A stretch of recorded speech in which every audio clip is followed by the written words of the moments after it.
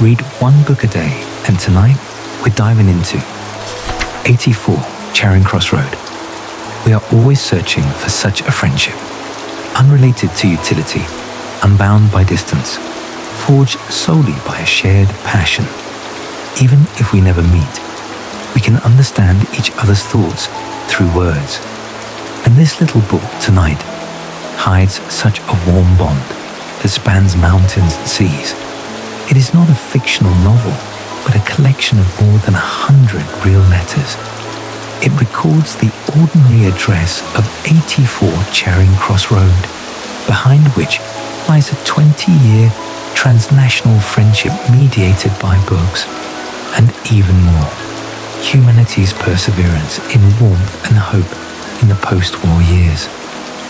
The story begins without any earth-shattering plots, only a pure love for books and a tentative attempt without expectations. The protagonist, Helene Hanff, was a female writer living in New York. She was not wealthy, even a bit hard up, residing in a simple apartment in New York City with no gorgeous furnishings or ample wealth.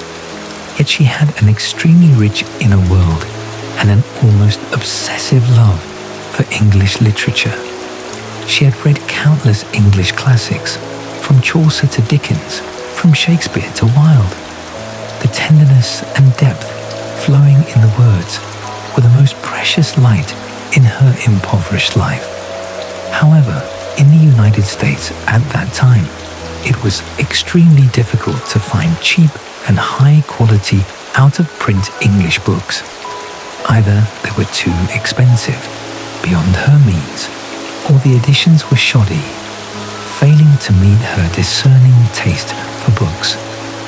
Unwilling to give up the chance to get close to these classics, on an ordinary afternoon, she opened the Saturday Review of Literature and accidentally saw an advertisement for a London bookstore called Marks & Co., located at 84 Charing Cross Road.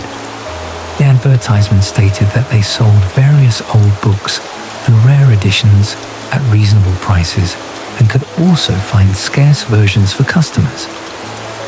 At that moment, a glimmer of hope ignited in Helene's heart. As she later wrote in her letter, she picked up her pen and wrote the first letter with a nothing to lose attitude. She did not deliberately flatter or be overly polite.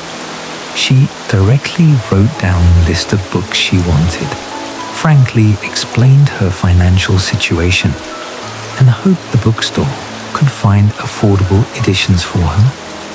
After finishing the letter, she might have muttered to herself, "London is so far away. Would this bookstore ignore a strange letter from New York? Would they think her request was too demanding? After all, most of the books she wanted were long out-of-print rare editions, which were not easy to find, and the price she offered was not at all generous. But she never expected that this seemingly ordinary request letter would become the starting point of a 20-year friendship and the warmest concern in the rest of her life. The person who received this letter was Frank Doel, the manager of Marks & Co., a typical English gentleman. He was calm, introverted, and thoughtful. Few words, but with extreme care and patience. Frank was born ordinary and worked in this old bookstore all his life, sorting books, receiving customers, and searching for rare editions day after day. He had no earth-shattering ambitions or magnificent life, but he inscribed the word diligence into his bones. When he saw Helene's letter, he did not look down on her because of her straightforwardness and poverty, nor did he refuse because of the trouble of finding rare books. Instead, he carefully wrote down the name of each book and searched meticulously in the corners of the bookstore and the depths of the warehouse. He knew that this female writer far away in New York was not buying a book, but pursuing a spiritual sustenance and a love for literature. This love, unrelated to wealth or status, was the purest and most touching thing, and this was also the original intention he adhered to all his life, to let every good book meet someone who understands it.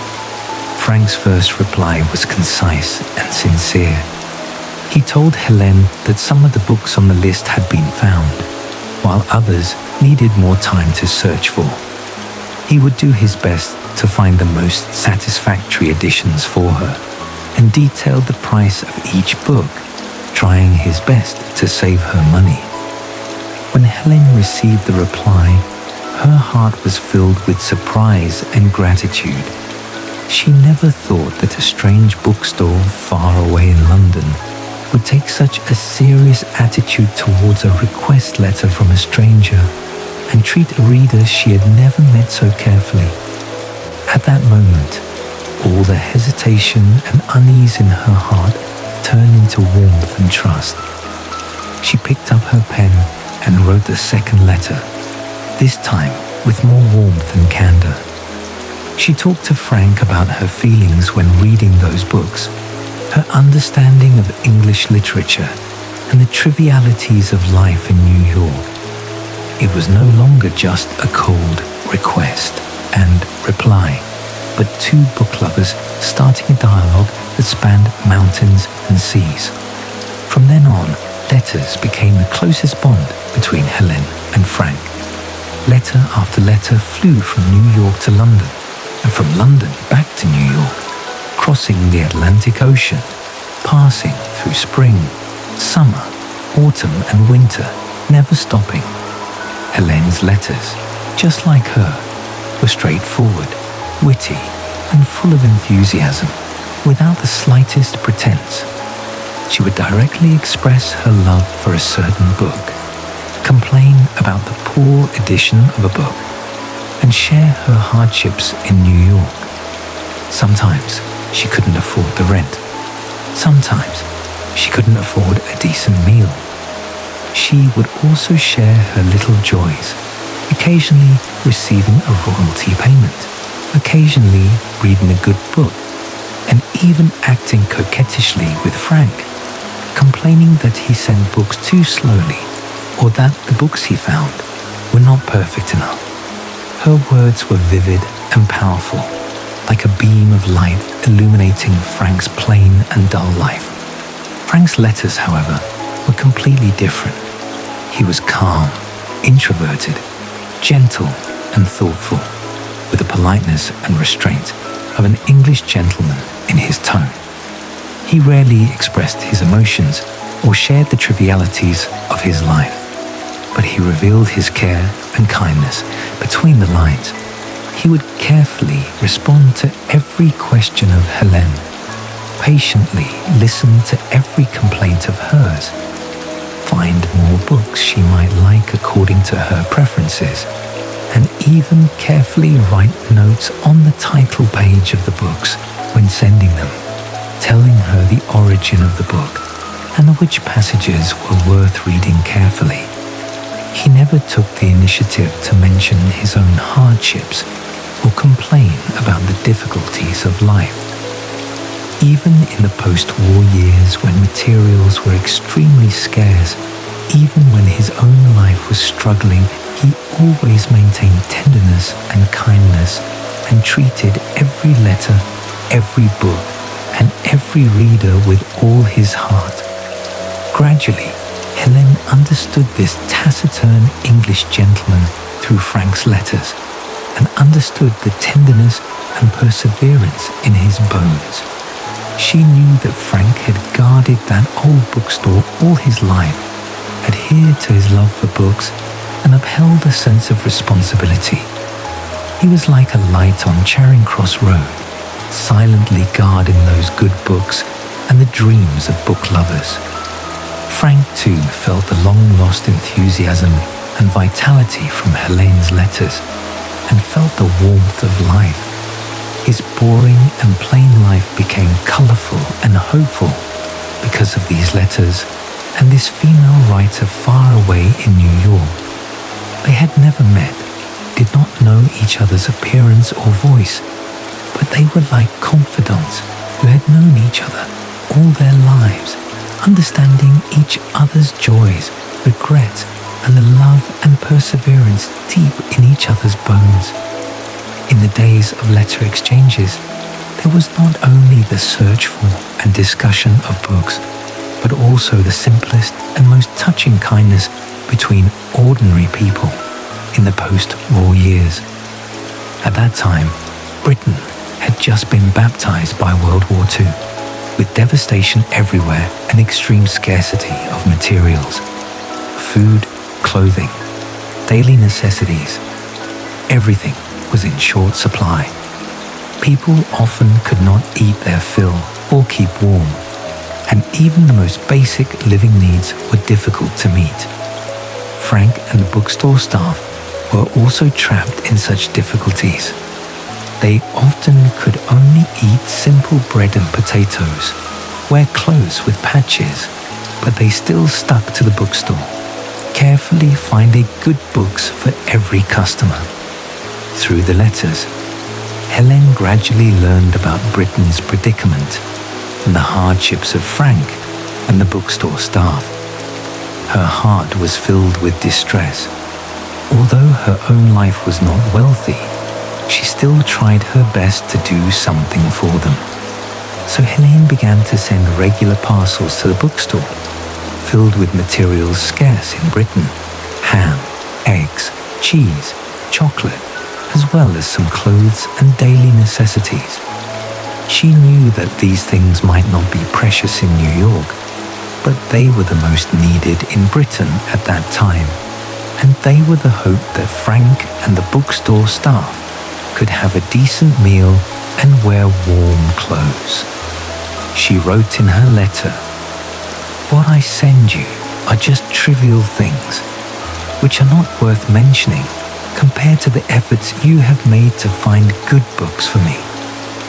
I only hope that you can eat well, live well, and feel a little warmth in these difficult days." She never asked for anything in return or sought gratitude. She simply wanted to help those kind people and repay them for what they had done for her. This kindness was pure and sincere, without any utilitarian colour. When Frank and the bookstore staff received the parcels, their hearts were filled with gratitude and warmth.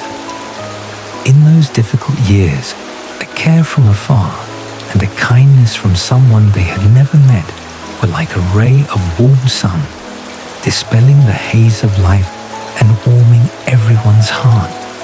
They would thank Helene repeatedly in their letters, tell her in detail how they distributed the materials, tell her how warm they felt when they ate the ham, and tell her that because of her kindness, they had the courage to keep going.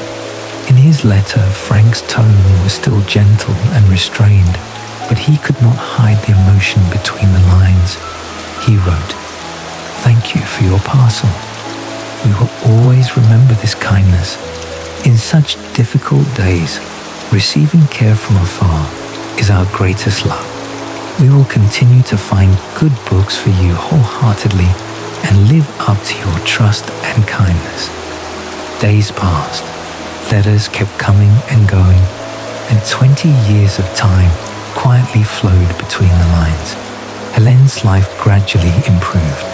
Her works were recognized by more people, and she was no longer as hard up as before, but she still maintained her love for books and her straightforward and lovely nature. Countless times in her letters, she made an appointment with Frank that she would definitely go to London, definitely go to 84 Charing Cross Road, definitely see that warm old bookstore with her own eyes, and definitely meet the confidant who had accompanied her for 20 years, say thank you properly, and talk about the books they both loved. She even planned her trip carefully, checked the flights from New York to London, and imagined the moment she walked into 84 Charing Cross Road. Imagine Frank greeting her with a smile. Imagine them sitting in the bookstore, drinking tea, talking about books, and chatting about the past 20 years. She wrote this expectation in every letter, in every word. This expectation was the most beautiful vision for the rest of her life. Frank also looked forward to this day all the time. In his letters, he described the scenery of London, the appearance of Charing Cross Road, and every corner of the bookstore to Helene. He would tell her that when she came, he would take her to visit all the old bookstores in London, take her to taste London's food, and take her to feel the fireworks of London. He even prepared a quiet room for her, prepared the books she liked, and waited only for her arrival. But fate played a cruel joke, and this appointment was never fulfilled. Helene's trip was delayed again and again for various reasons, sometimes because of busy work, sometimes because of financial reasons, sometimes because of sudden changes. She always thought that there was still time, still opportunities, and that one day she would definitely set foot on the land of London and meet Frank. But she never thought that some regrets, once formed, would last a lifetime. Some appointments, once missed, could never be fulfilled. In 1968, Frank passed away forever due to a serious illness. Until his death, he never waited for Helene's arrival and never got to meet the confidant who had accompanied him for 20 years and understood him. When Helene learned the news, she was in her apartment in New York, sorting out the letters Frank had sent her and the good books that had accompanied her for 20 years. At that moment, she seemed to have all her strength taken away. Her whole body went cold, and tears fell silently. There was no heart-wrenching cry, only deep regret and sorrow. She never thought that this taciturn, gentle and thoughtful English gentleman, this confidant who had accompanied her for 20 years and been her friend through books, would leave so quietly, without a farewell, without a meeting, forever frozen in the letters. She later wrote in her letter, "I always thought there was plenty of time, countless opportunities. I thought I would always wait until that day, until I walked into 84 Charing Cross Road, until I met you. But I never thought the time would pass so fast that I didn't have time to keep the appointment, so fast that I didn't have time to say thank you, and you were gone. The biggest regret of my life is that I never got to see you in person, never got to talk to you properly, never got to tell you how much warmth and strength you, that bookstore, and those letters brought me." This regret was the eternal pain in her heart, and also the most sigh-worthy part of this transnational friendship. After Frank's death, his family thought of the 20-year letter exchange, thought of the female writer far away in New York, and thought of Frank's concern and expectation for Helene during his lifetime. They took the initiative to contact Helene, sent her all the letters related to her that Frank had sorted out during his lifetime, and with her consent, hoped that she could sort out these letters and publish them, so that this warm friendship and pure kindness could be seen and remembered by more people. Helene took those letters, and her fingers brushed Frank's familiar handwriting, as if she saw the taciturn, gentle and thoughtful English gentleman again, as if she felt the warmth and kindness that spanned mountains and seas again. She spent a long time sorting out those letters bit by bit, from the first one in 1949 to the last one in 1969. Each letter carried a memory, and each word hid a deep affection. She did not make any changes to the letters or add any extra words. She only faithfully sorted them out together because she knew that these most real words and pure emotions were the most precious part of this friendship and the most touching thing. In 1970, this collection of letters was officially published, titled 84 Charing Cross Road. There was no gorgeous cover, no sensational preface, only hundreds of real letters, warm memories, a 20-year friendship, and pure kindness and love. This book, like the friendship between Helene and Frank, was plain and sincere, without earth-shattering plots or magnificent odes. It revealed the most touching warmth and strength between the lines, moving countless readers and becoming an irreplaceable classic in the hearts of book lovers. After the book was published, Helene finally set foot on the land of London and finally came to 84 Charing Cross Road. But at this time, Marks and Company had been forced to close down due to poor management, leaving only a closed door and a warm plaque standing quietly on Charing Cross Road, telling the warm memories of the past. Helene stood at the door of the bookstore, not leaving for a long time. She looked at the closed door, looked at the plaque that read 84 Charing Cross Road, and tears fell silently again. She finally came here, finally came to the place she had cared about for 20 years, but she would never see the confidant who'd accompanied her for 20 years again, and would never see that warm old bookstore again. She later wrote in the book, 84, Charing Cross Road is gone, but it will always live in my heart, in the heart of every book lover. It is not just a bookstore, but a warm memory, a pure friendship, an unfulfilled appointment, and an eternal concern. At that moment, she finally understood that some friendships would never be alienated by distance, faded by time, or dissipated by life and death. Some appointments, although not fulfilled, were still the most beautiful visions in the heart. Some warmth, although short, was enough to illuminate every journey for the rest of life. In addition to Helene and Frank, there were many vivid characters in the letters. They were all witnesses of this friendship and messengers of this kindness. The bookstore staff were kind, sincere, and enthusiastic.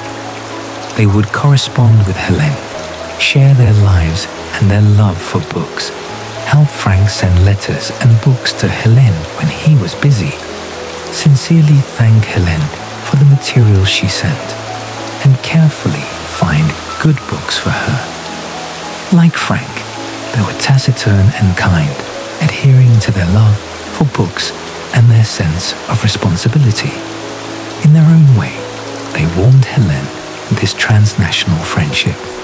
Frank's family was gentle, kind, and reasonable. They understood Frank's concern for Helene and this transnational friendship. After Frank's death, they took the initiative to contact Helene, sent her the letters, and supported her to sort out and publish the letters, allowing this warm friendship to continue. They did not refuse because Helene was a stranger they had never met. Instead, they guarded this precious memory and passed on this pure warmth with their own kindness. These were all ordinary people.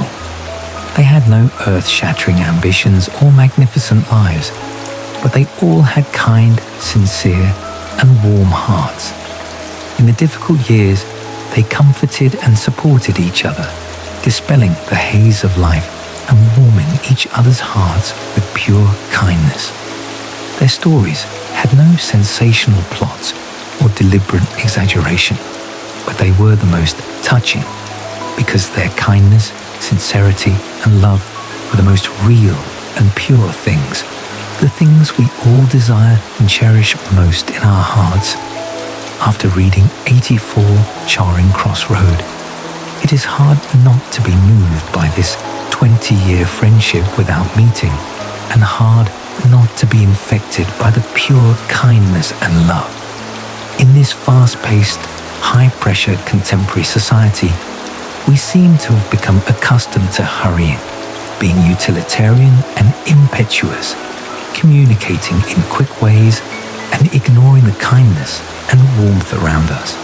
We are always chasing wealth, status and fame, complaining about the hardships of life and the complexity of human hearts, regretting the things we have lost. But we often forget that the purest and most precious things have always been around us. A pure love, a sincere friendship, an accidental kindness, and a silent perseverance. The story of Helene and Frank tells us that love is the strength that supports us through difficult years. Helene was hard up, but she always adhered to her love for English literature. This love was the most precious light in her impoverished life and the strongest courage when she faced difficulties. Frank's life was plain, but he always adhered to his love for books and his responsibility to the bookstore.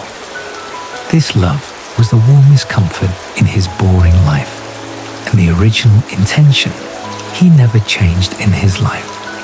In contemporary society, we are often trapped by the pressure of life and influenced by utilitarian attitudes, gradually forgetting the things we once loved and losing our direction. We are busy dealing with life and catering to others, but we forget that only love can enrich our hearts, make our lives meaningful, and allow us to maintain our original intention and full of hope, even in difficult years. And this transnational friendship makes us understand that true friendship never requires face-to-face greetings, frequent contacts, or utilitarian exchanges. It originates from mutual understanding, mutual trust, and mutual perseverance. Helene and Frank never met, but they became the most understanding confidants through letters. This friendship had no interest, entanglements, no status gaps, no distance barriers. It was pure, sincere, warm, and long-lasting. In this fast-paced era, we have more convenient means of communication: WeChat, phone calls, video calls. We can contact people far away with one click, but our friendships seem to have become more shallow and utilitarian. We are busy adding friends and maintaining connections, but few people can calm down to talk about their worries with someone and cherish a sincere friendship. We always complain about the complexity of human hearts and the lack of true friends, but we forget that sincere friendship is never waited for. It is exchanged with sincerity and maintained with perseverance. The transnational kindness in the book is even more what we need most in contemporary society. After World War II, Britain was short of materials, while the United States was relatively abundant. Although Helene's own life was not wealthy, she still tried her best to send materials to help Frank and the bookstore staff. Frank and the bookstore staff, in turn, always carefully found good books for Helene and repaid her kindness with sincerity. This kindness was pure and selfless, without any utilitarian color. It was the simplest and most touching warmth between ordinary people. In contemporary society, we seem to have become more indifferent and selfish. When facing the difficulties of strangers, we often choose to turn a blind eye. When facing the kindness of others, we often choose to doubt and guard against it. We always complain about the lack of warmth in life, the lack of kindness in human hearts. But we forget that kindness is contagious and warmth can be passed on. As long as we are willing to give a little kindness, pass on a little warmth, and treat the people around us with more tolerance, understanding, sincerity, and kindness, the world will become a better place. Of course, this book also leaves us with a deep regret.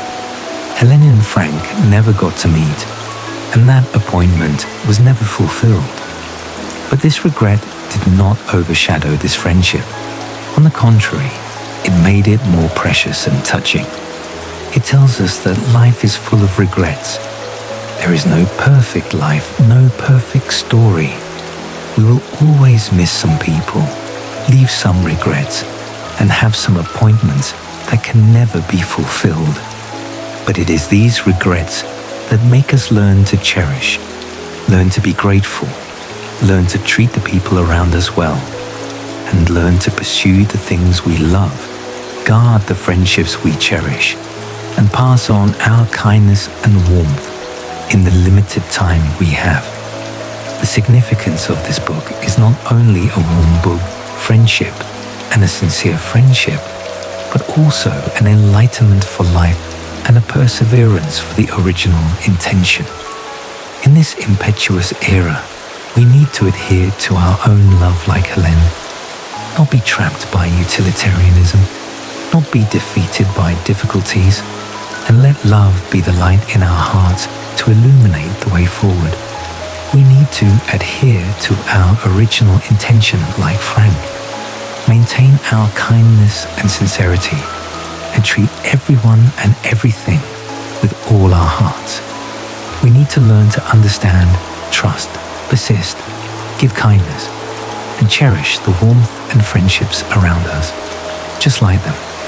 We do not need to envy the transnational friendship between Helene and Frank, nor do we need to regret not having such an unfulfilled appointment, because in each of our lives there is our own warmth and kindness, our own love and perseverance.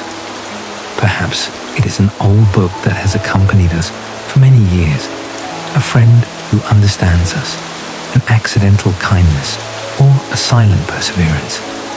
These things seem ordinary, but they are enough to warm the rest of our lives and make our lives meaningful and warm. May we all keep the purity and love in our hearts in the impetuous years. May we all maintain kindness and sincerity in this indifferent world. May we all cherish the friendships around us and pass on the warmth in our hearts. May we all have fewer regrets and more completeness, and live the life we like in a limited time, living up to love, living up to youth, and living up to every warm person around us. Tonight, we finished listening to 84 Charing Cross Road together, listened to a 20-year letter friendship, listened to a pure love and kindness, and also listened to a deep regret and concern. This book has no earth-shattering plots, but with the most real words and pure emotions, it has warmed and healed countless people. It tells us that love can withstand the long years, kindness can warm the coldness of the world, and true friendship will never be defeated by distance and time. At this moment, the night is deep. May this warmth that spans mountains and seas accompany you to sleep. May you meet the things you love, the people who understand you, and fulfill those unfulfilled appointments in your dreams. No summary can replace the original work. A good book is worth reading page by page. Good night, and wish you a sound sleep tonight. I'm time for bed. If you like it, don't forget to subscribe to the channel, and I look forward to our next encounter.